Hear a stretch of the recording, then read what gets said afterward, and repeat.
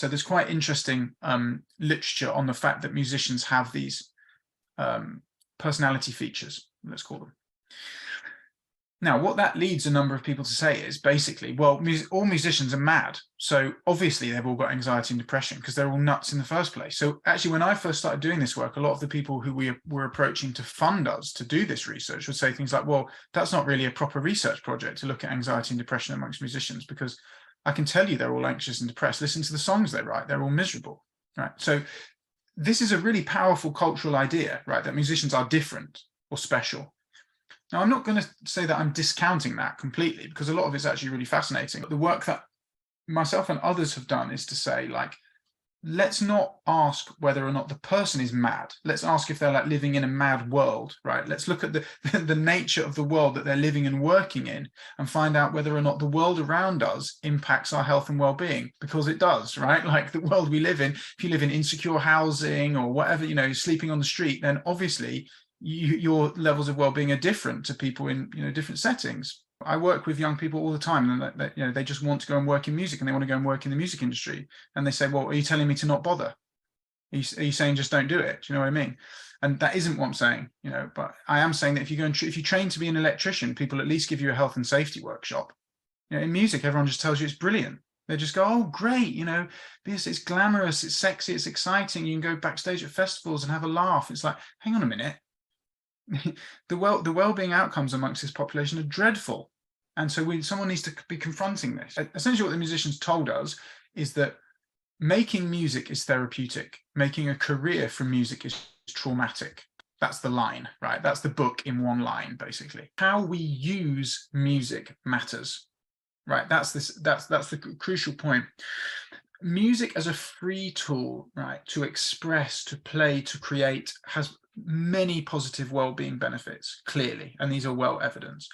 But music as employment, as a form of performance perfectionism, of optimization, has many negative well-being benefits, and they're pretty well demonstrated, I would say, too. I think this presents a number of challenges for those engaged with music education or working in music therapy settings. How do we encourage participation in music making with all the emotional and the psychological benefits that you see in this literature? Camaraderie, self-actualization, personal pleasure, well-being, those kinds of outcomes, while simultaneously preparing music makers who develop the desire to build a career as a singer for the reality that that work might harm them. How do we do that? Like, what does it mean to make music healthier? Curriculum design, pedagogically, conceptual approaches to module construction, or whether we're just talking about managing expectations of students. Like, is that the answer, just managing people's expectations? But you see, how do you tell somebody that's dreaming to stop dreaming, or to dream smaller?